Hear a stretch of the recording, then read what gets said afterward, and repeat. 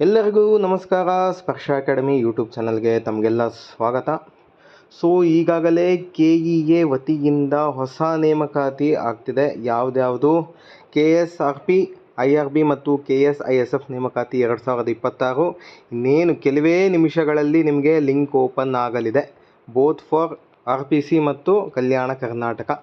ಸದ್ಯಕ್ಕಿನ್ನೂ link open ಆಗಿಲ್ಲ, so ಆದಷ್ಟು ಬೇಗ ಕೆಲವೇ ನಿಮಿಷಗಳಲ್ಲಿ ಆಗ್ತಿದೆ. ಇದರ ಜೊತೆಗೆ ಗ್ರಾಮ ಆಡಳಿತ ಅಧಿಕಾರಿ ನೇಮಕಾತಿ 2026 ಜೊತೆಗೆ ಭೂಮಾಪಕರ ನೇಮಕಾತಿ ಕೂಡ ಕೊಟ್ಬಿಟ್ಟಿದ್ದಾರೆ ನೋಡಿ.